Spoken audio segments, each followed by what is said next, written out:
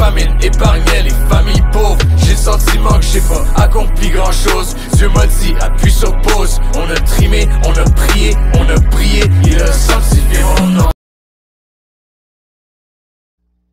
Chaque humain a des besoins de base à combler, comme manger, boire, aller aux toilettes, comme l'hygiène, dormir, se protéger du froid, du chaud, se sentir en sécurité et avoir un toit. Malheureusement, les itinérants ne peuvent pas tous combler ces besoins, mais pour survivre, ils n'ont pas le choix de combler le plus possible. Et on va vous expliquer comment ils font pour survivre et combler leurs besoins en tant qu'itinérants.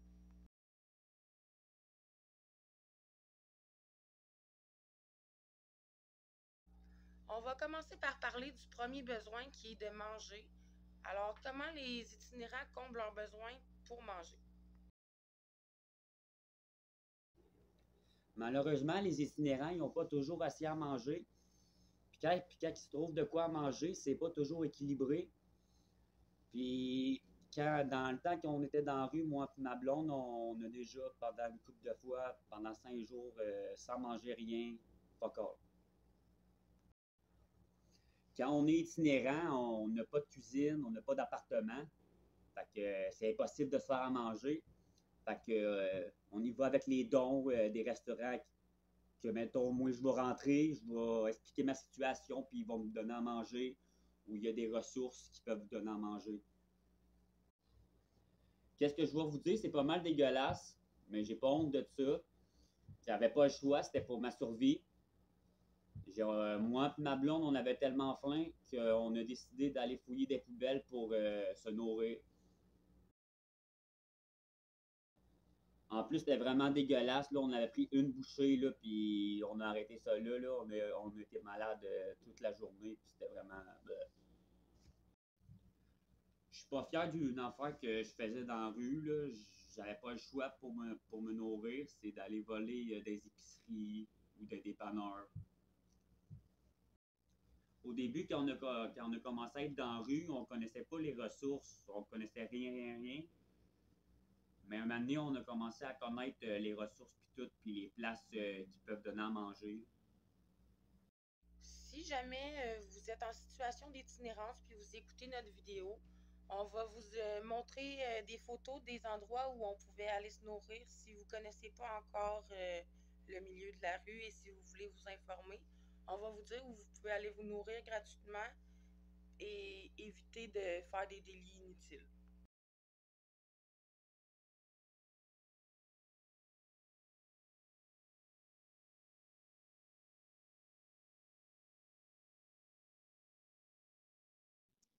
À Montréal, il y a beaucoup d'autres ressources qu'on peut aller manger. C'est une des villes les plus aidantes pour les itinérants. Mais si vous voulez les autres places que vous pouvez aller manger, ben au refuge des jeunes, la dernière endroit que j'ai envoyé une photo avec l'adresse, ils vont vous donner une feuille avec toutes les listes de toutes les places que tu peux aller manger, que tu peux aller prendre ta douche, que tu peux faire n'importe quoi, là. Il y a même les places que tu peux aller dormir si tu veux dormir dans des ressources, les places qui acceptent les animaux, etc. Donc, si vous êtes un itinérant puis vous avez besoin d'une quelconque information, vous pouvez aller les voir puis ils vont vous donner ce que vous avez besoin. Bon, maintenant parlons d'un autre besoin que tous les êtres humains ont, boire. Pour les itinérants, c'est facile de boire l'été vu qu'il y a des abreuvoirs un peu partout dans les parcs. Mais quand t'es rendu l'hiver, là, les hosties d'abreuvoirs sont gelés, fait que c'est pas mal difficile de boire. Quand les ressources sont ouvertes, c'est facile de boire, il y a des abreuvoirs ou sinon tu vas des toilettes. Mais quand les ressources ferment pour la nuit, ben, t'as pas de place pour boire de l'eau, fait que tu vas t'hydrater en mangeant de la neige.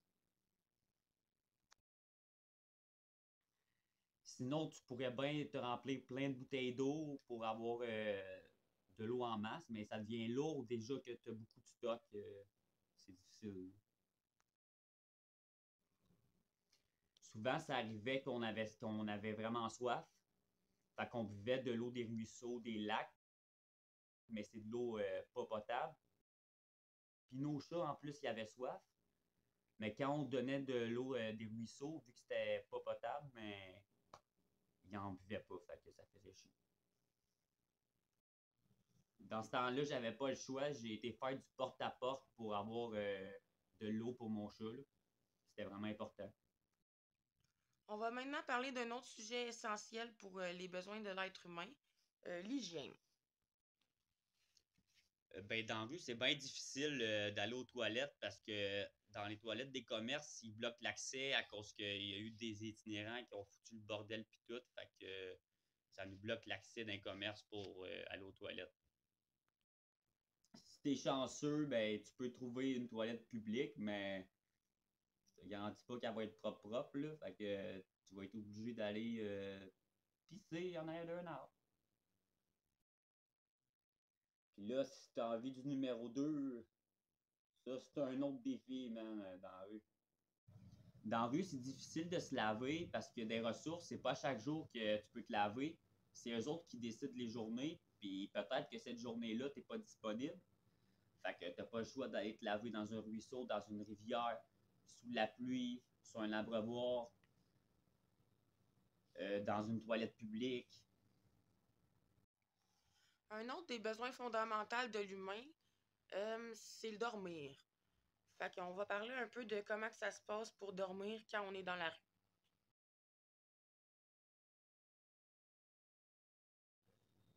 On va se le dire, dormir dans la rue, c'est pas vraiment confortable. Puis en plus, t'es anxieux, t'es stressé, puis t'as peur de te faire voler, fait que tu dors mal. En plus, quand t'es dans la rue, faut que tu passes toute la journée à chercher un spot, puis à marcher toute la journée. Fait que là, ça devient fatigant, puis ça gosse. À force de mal dormir, ben, t'es fatigué, puis t'es irritable. Fait que ben, tu compenses dans la drogue, puis là, tu commences à consommer, puis ça devient un cercle vicieux direct. Un autre sujet important qui est très difficile de combler quand on est dans la rue, comment se protéger du froid et du chaud. Quand t'es dans la rue, tu peux pas transporter tout ce que tu veux. Fait que t'apportes pas de linge, t'apportes pas de linge chaud. Fait que quand l'hiver arrive, ben t'es pas équipé pour être bien, puis être au chaud. Ça a même arrivé un moment donné qu'il a fallu qu'on dorme en dessous d'une bâche en plein hiver. Puis un moment donné, ma blonde, elle me dit qu'elle a frette. Puis ses chevilles sont gonflées, puis sont mauves. Fait que depuis ce temps-là, on prend pas de chance. On dort des caisses ou on dort des cafés ou des teams 24 heures. Quand t'es dans la rue, c'est difficile de faire des feux de camp, surtout en ville. Parce que c'est interdit, c'est illégal, puis t'as pas le droit de faire des feux de camp si t'as pas de feu de foyer. Fait que c'est difficile d'être au chaud là, pendant l'hiver.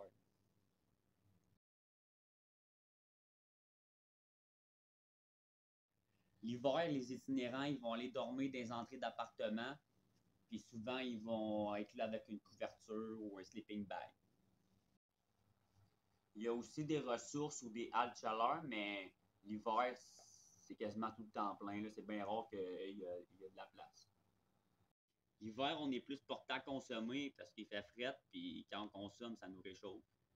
La rue, elle reste 2 pinottes pour pas mourir de fret. Fuck the world, c'est sans Christ qu'on crève. J'suis ben tanné, ça paraît-tu? J'suis tout le temps buzzé, dans le fond j'espère que ça me tue. Dans le fond j'espère que ça me tue. L'été, c'est plus simple.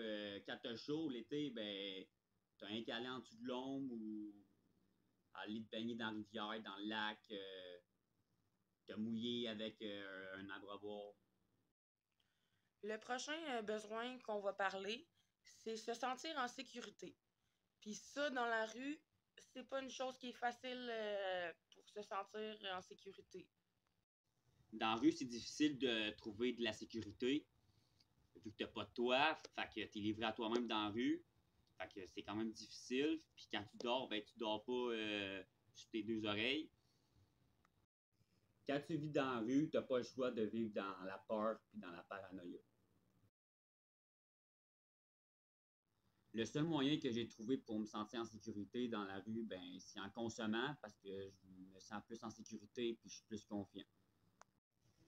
Si, mettons, tu te sens comme ciblé ou tu as peur parce qu'il y a des personnes qui te font peur, ben, tu as qu'à aller dans des endroits publics où il y a beaucoup de monde. Comme ça, ben, il t'arrivera rien.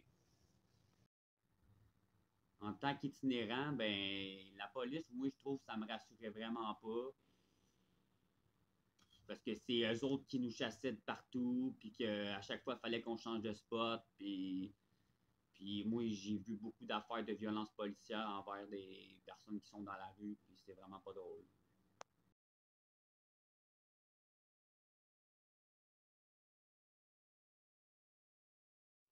Le dernier besoin de l'être humain, c'est d'avoir un toit.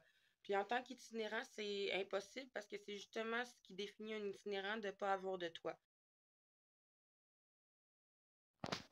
Que ce soit dans un abri de bus, dans une banque, dans une entrée de maison, peu importe, là, c'est important d'avoir un toit. Dans la rue, j'ai appris plein d'affaires. J'ai surtout appris que tu peux te faire une cabane avec n'importe quoi, là. Nous autres, on a réussi à faire une bonne cabane juste avec des branches de bois. Puis on était bien là, dans la petite cabane. À la limite, si t'es mal pris, là, tu peux t'acheter une coupe de bâche, là, puis avec ça, tu peux te faire n'importe quoi. Là. Si tu veux, tu peux te faire un chalet. Là. Si, mettons, t'es pogné vraiment mal pris, puis qu'il pleut, ben, tu parles en dessous d'un arbre, au moins le temps que ça se calme, au moins ça va te dépanner. T'sais, on pourrait bien aller se réchauffer des métros, mais maintenant, ils ferment les métros la nuit pour éviter qu'il y ait des itinérants dans le métro la nuit. Au moins, le jour, on peut se réchauffer à l'intérieur des métros, mais faut pas tout rester à côté des portes parce que c'est ce qui vendent, même. Mais heureusement, il y a des tunnels puis les ponts là, que t'es toujours au sec.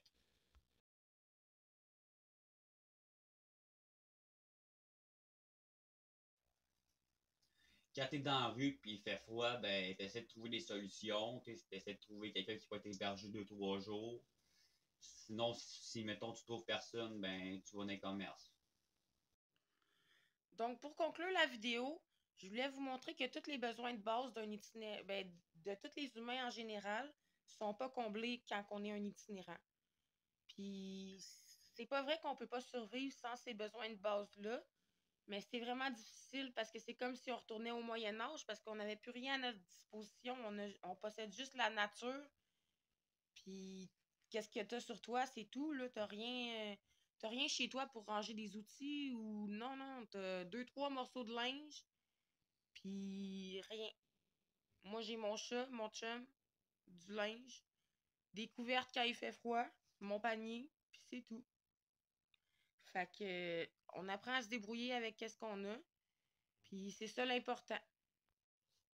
Je vous remercie à tous d'avoir pris le temps d'écouter ma vidéo, ma capsule 2 sur les besoins d'un itinérant qui ne sont pas comblés, les besoins des êtres humains qui sont supposés être vitaux à sa survie. Puis je voulais vous montrer que dans la rue, ben, ces besoins de base-là ne sont pas comblés. Alors, j'espère que vous avez apprécié ma vidéo. Puis ça ne sera pas la dernière. On va faire d'autres capsules sur la rue, sur d'autres sujets qu'on n'a pas encore abordés. Alors, likez, commentez, partagez.